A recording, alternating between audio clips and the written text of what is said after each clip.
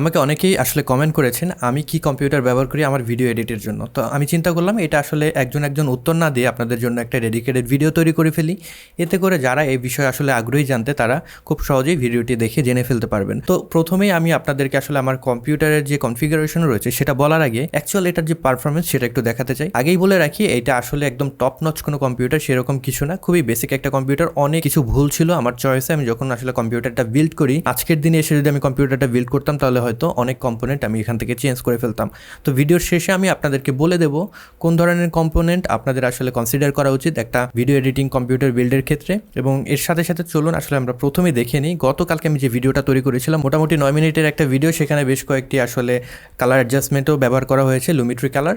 তো মোটামুটি 3টা লুমিট্রি কালার সেখানে ব্যবহার করা হয়েছে। এই ভিডিওটা আমি আসলে রেন্ডার দেবো, ভিডিও চলতে চলতে আপনারা দেখতে পারবেন আসলে এটার রেন্ডার স্পিড কতটুকু। তো এটা দেখে আপনারা মোটামুটি একটা ধারণা করতে পারবেন এই ধরনের যদি আপনাদের কনফিগারেশন হয় তাহলে এইরকম একটা স্পিড আপনারা পেতে পারেন। তো বন্ধুরা এখানে দেখতে পাচ্ছেন আমার যে অ্যাকচুয়াল গত প্রজেক্টটা ছিল মোটামুটি 9 মিনিটের একটা প্রজেক্ট, এইটাকে আমি রেন্ডার দিব এবং আপনারা এখান থেকে আসলে একটা ধারণা পেয়ে যাবেন এইটার মূলত যে রেন্ডার স্পিড সেটা কীরকম যখন আমি আসলে আমার যে কম্পিউটারের কনফিগারেশন সেটা বলবো। তো এখান থেকে আমি জাস্ট আমার প্রিসেটটা চুজ করে দিলাম এবং এটাকে আমি জাস্ট রেন্ডার দেবো এই জায়গাটায়, সেভ করে দিলাম। এখানে দেখতেই পাচ্ছেন maximum render quality, render at maximum depth সেটা আসলে এনেবল করা রয়েছে এবং 2K-তে রেন্ডার করা হচ্ছে 1080-এর একটা টাইম লাইন।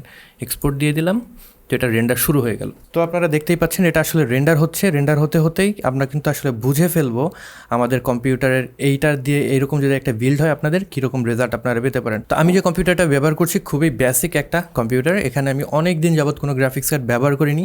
তবে আপনারা নতুন যারা কোনো কম্পিউটার বিল্ড করবেন আমি আপনাদেরকে হাইলি সাজেস্ট করবো, যদি আপনার ভিডিও এডিটিং রিলেটেড কাজ হয়ে থাকে সেক্ষেত্রে আপনারা ডেফিনেটলি একটা জিপিইউ কনসিডার করতে পারেন। সেটা একদম বেসিক জিপিইউ হলেও কিন্তু আপনার যে কাজ রয়েছে সেটার গতি কিন্তু ড্রামেটিক্যালি সেটা ইনক্রিজ করে দেবে। তো আমি যে কম্পিউটারটা ব্যবহার করছি এটা হলো Core i5-9600K একটা প্রসেসর আমি ব্যবহার করছি ইন্টেলের, এবং এর সাথে সাথে 16GB আমি র্যাম ব্যবহার করছি যেটার বাস স্পিড হলো 3200 মেগাহার্টজ। এটার সাথে যে হার্ড ডিস্ক রয়েছে এখানে আমি একটা M.2 NVMe SSD ব্যবহার করছি যেটা হলো 240GB। এখানে আমি মূলত আমার যে অপারেটিং সিস্টেম রয়েছে যে অ্যাপ্লিকেশনগুলো আমি ব্যবহার করি সেগুলোকে আমি এই যে ড্রাইভটা রয়েছে এখানে আসলে ইনস্টল করেছি। এবং এর সাথে সাথে আমি আরও 2টা হার্ড ড্রাইভ ব্যবহার করছি যেটা হলো 4 টেরাবাইট করে টোটাল 8 টেরাবাইটের আমি হার্ড ড্রাইভ ইউজ করছি আমার স্টোরেজের জন্য। তো এটা ছিল মোটামুটি আমার স্টোরেজ। এবং এর সাথে সাথে আমি যে পিএসইউটি ইউজ করছি সেটাও বেসিক একটা পিএসইউ, কোর্সারের একটা পিএসইউ ব্যবহার করছি যেটা 550 ওয়াটের একটা পিএসইউ। আমিও আপনাদেরকে হাইলি সাজেস্ট করবো আপনারা যখন কোনো পিসি বিল্ড করবেন ওয়েল নোন একটা কোম্পানির পিএসইউ আপনারা ব্যবহার করবেন। পাওয়ার সাপ্লাই যেটাকে আমরা আসলে বলি, দেখা যায় আমাদের যে কেসিং রয়েছে আমরা অনেক সময় ওই কেসিংয়ের যে পাওয়ার সাপ্লাই রয়েছে সেটার উপর ডিপেন্ড করি। এতগুলো টাকা আপনি যখন ইনভেস্ট করছেন একটা কম্পিউটার বিল্ড আপের জন্য সেক্ষেত্রে অবশ্যই আপনার হায়ার এন্ডের একটা পাওয়ার সাপ্লাই ব্যবহার করা উচিত। এতে করে আপনার যে যন্ত্রাংশগুলো রয়েছে সেগুলো কিন্তু সেখানে সিকিউর থাকবে। দেখা যাবে আপনার ভোল্টেজ আপ ডাউন করার কারণে অনেক সময় আমাদের কম্পোনেন্টের ক্ষতি হতে পারে। এই সব জিনিসগুলো কিন্তু আপনাকে জেনারেল একটা প্রোটেকশন সেখানে দিয়ে দেবে। মনিটর হিসেবে আমি এলজির একটা মনিটর ব্যবহার করছি যেটা হলো LG 22MK600 মনে হয় মডেল, আমি আপনাদেরকে অবশ্যই নামটা এখানে দিয়ে দেবো। এবং আমার কম্পিউটারের সাথে আরও যে যন্ত্রাংশগুলো রয়েছে একটা কিবোর্ড ব্যবহার করছি, খুবই বেসিক একটা কিবোর্ড, A4-Tech-এর একটা কিবোর্ড, এবং মাউসটাও A4-Tech-এর একটা মাউস আমি ব্যবহার করছি। কুলার হিসেবে আমি এয়ার কুলার ব্যবহার করছি। আমি ওরকম কোনো কিন্তু হেভি কুলার ব্যবহার করছি না, নর্মাল এয়ার কুলার। এবং খুব ইম্পর্টেন্ট যে ফ্যাক্টর সেটা হলো আমি রিসেন্টলি আমার এই কম্পিউটারের সাথে একটা জিপিইউ অ্যাড করেছি। আপনারা জানেন জিপিইউর মার্কেট কিন্তু এখন খুবই চড়া। আপনি নতুন জিপিইউ হয়তো আপনার কাছে টাকা থাকলেও আপনি কিনতে পারছেন না, এরকম একটা অবস্থা। তো আমি খুব লাকিলি একটা জিপিইউ পেয়ে যাই যেটা হলো GTX 1060 আসুস ব্র্যান্ডের, সেটা আমি ব্যবহার করছি। এবং এটার যে মেমোরি সেটা হলো 6GB মেমোরি। তো এইটা অ্যাড করার পরে আমার রেন্ডার দেন আমার টাইমলাইন প্লেব্যাক এখানে কিন্তু ড্রামেটিক্যালি একটা ইমপ্রুভমেন্ট আমি পাচ্ছি। প্রথম অবস্থায় যখন আমি আসলে জিপিইউ ছাড়া কম্পিউটারটা ব্যবহার করেছি সেটার চেয়ে মোটামুটি 3-4 গুণ বেশি আমি স্পিড পাচ্ছি। সেটা বোথ ক্ষেত্রেই টাইমলাইন প্লেব্যাক বলেন এবং রেন্ডার বলেন, দুই ক্ষেত্রেই কিন্তু আমি পাচ্ছি। তো স্পেশাল যে জিনিসটা আমি আপনাদেরকে বলবো সেটা হলো আপনারা যখন কম্পিউটার বিল্ড করবেন বর্তমান সময়ে এসে সেক্ষেত্রে আপনারা ইন্টেলের সিপিইউ না নিয়ে আপনারা রাইজেনের সিপিইউ নিতে পারেন। সিমিলার প্রাইস রেঞ্জের ভিতরে আপনার রাইজেনের যে সিপিইউ পাবেন সেটা আপনারা নিয়ে নিতে পারেন। বর্তমানে যদি আপনি খুব বাজেট কোনো কম্পিউটার বিল্ড করতে চান সেক্ষেত্রে আপনারা 3200G AMD-র সেটা নিতে পারেন। আর যদি আপনার বাজেট বেশি থাকে আপনি উপরের যে মডেলগুলো রয়েছে সিপিইউর জন্য সেগুলো কিন্তু আপনি নিতে পারেন। আর র্যাম হিসাবে আমি অবশ্যই আপনাদেরকে সাজেস্ট করবো অ্যাটলিস্ট আপনাদের 16GB র্যাম কিন্তু সেখানে দরকার। 8GB দিয়ে আপনি হয়তো পারবেন কাজ করতে, বাট ওইটা একদম আপনার দেখা যায় একদম টাই একটা অবস্থা হয়ে যায়, আপনি কিন্তু পুরোপুরি আপনার যে কম্পোনেন্ট রয়েছে সেটার সুবিধাগুলো নিতে পারবেন না। সো আপনি যদি 16GB কোনো র্যাম ব্যবহার করেন সেক্ষেত্রে মোটামুটি আপনার যে প্রয়োজন রয়েছে সেটা ফুলফিল করেও কিছু জায়গা আসলে অবশিষ্ট থাকে, যেটা আসলে আমাদের কম্পিউটারের পারফরমেন্সের জন্য খুবই গুরুত্বপূর্ণ।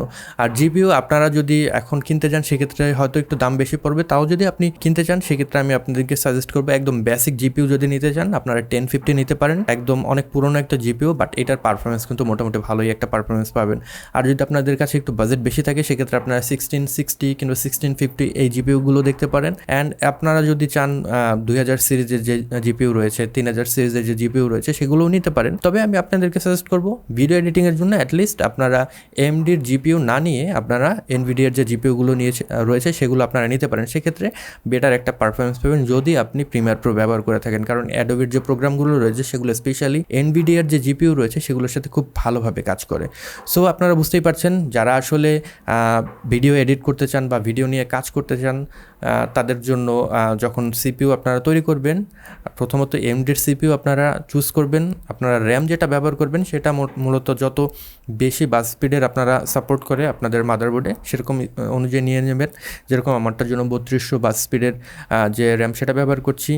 অবশ্যই আপনারা SSD ব্যবহার করবেন, সেক্ষেত্রে নর্মাল আপনাদের যে SATA SSD রয়েছে সেটা ব্যবহার না করে NVMe যে SSD রয়েছে সেটা ব্যবহার করলে বেটার একটা রেজাল্ট পাবেন। তো ভিডিওর আসলে আমরা একদম শেষ পর্যায়ে চলে আসছি। ভিডিও আসলে শেষ হতে হতে আপনারা দেখতেই পাচ্ছেন এখানে আমাদের যে রেন্ডার হচ্ছিল সেটাও কিন্তু মোটামুটি কমপ্লিট 97%-এর মতন হয়ে গেছে, আর মূলত 3%-এর মতো রয়েছে, আর 1 মিনিটের ভিতরে হয়তো কমপ্লিট হয়ে যাবে।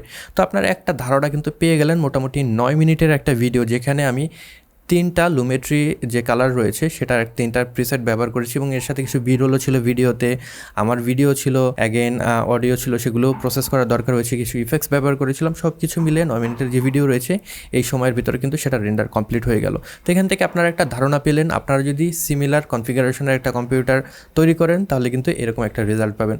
এর চেয়ে বেটার আপনারা রেজাল্ট পেতে পারেন যদি আপনাদের জিপিইউটা আর একটু বেটার কোনো জিপিইউ ব্যবহার করেন। আমি 1060 ব্যবহার করেছি, আপনি যদি 1660 ব্যবহার করেন আর একটু বেটার পারফরমেন্স পাবেন। আপনারা যদি 2060 ব্যবহার করেন আরও বেটার পারফরমেন্স পাবেন, 3060 ব্যবহার করলে সেক্ষেত্রে আরও বেটার পারফরমেন্স পাবেন। সো ওই জিনিসগুলো কিন্তু আপনার আসলে ডিপেন্ড করে কি ব্যবহার করছেন। আর অ্যাগেন আপনাদের যে প্রসেসর রয়েছে সেটাও কিন্তু আসলে আপনাদের যে পারফরমেন্স রয়েছে সেটাকে ইমপ্রুভ করার জন্য ড্রামেটিক্যালি আসলে ইম্প্যাক্ট ফেলতে পারে। সো আপনাদের প্রসেসর আসলে কোনটা নেবেন সেটার উপর অনেক কিছু ডিপেন্ড করে, জিপিইউ কোনটা নেবেন সেটার উপর অনেক কিছু ডিপেন্ড করে।